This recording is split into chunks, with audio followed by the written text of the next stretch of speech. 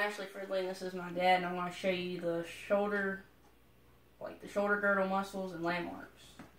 So, to start, the shoulder,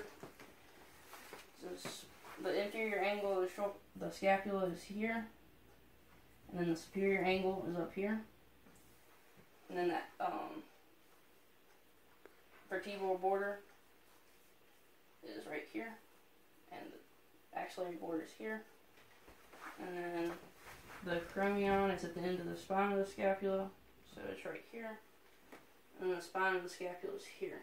And then for the shoulder, the deltoid tuberosity is at the end of the acromion, and it's distal to it, so it's right here. And then to find the lesser tubercle, you can rotate the arm, and it's medial to the greater tubercle. And then the deltoid tuberosity is the insertion point of the deltoid, and it's midway at the humerus, so it's right here. So next we're going to do the muscles for the shoulder girdle, and the first muscle is the upper traps, and it's on top of the shoulder blade, so it's located right here. And its origin is the occipital protuberance and nuchal ligament of the upper cervical spinous process, and its insertion is the outer third of the clavicle and acromion process, and its action is it's the prime mover for scapular elevation. The lower traps, you gotta lay down.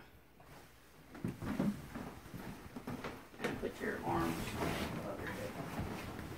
So the lower traps are located right here, and the origin is the spinous process of the middle and lower thoracic vertebrae, and its insertion is the base of the spine of the scapula, and its action is it's the prime mover for scapular depression. Okay, so oh wait, no, stay down. And then the rhomboids, put your arm back. The rhomboids is between the scapula and the spine, so it's right here, and its origin is the spinous process of C7 to T5 of the vertebrae. Its insertion is the vertebral border of the scapula between the spine and the inferior angle of the spine, and its action is it's the prime mover of scapular retraction. Okay, you can stand up now. And then the serratus anterior are on the side, right here, and they look like fingers. You can't see them. And then the origin is the lateral aspects of the first 8 ribs, and the insertion is the anterior surface of the vertebral border of the scapula, and then its action is it's the prime mover for scapular protraction. Next we're going to do the muscles of the shoulder, and the first muscle is the anterior deltoid, and its origin is the lateral third of the clavicle. Its insertions at the deltoid tuberosity, and its action is in anatomical position. It's the prime mover for flexion. The next muscle is the middle deltoid. It's located here, and its origin is the acromion process. Its insertion is the deltoid tuberosity, and its action is the prime mover for abduction. And then the posterior deltoid is located here, and its origin is the spine of the scapula, and its insertion is at the deltoid tuberosity, and its action is the shoulder abduction. So next we're going to do the supraspinatus, and it's located right above the spine of the scapula, so it'll be located right here. And its origin is the supraspinous fossa of the scapula. Its insertion is the greater tubercle of the humerus, and its action is the prime mover for shoulder abduction. Get down.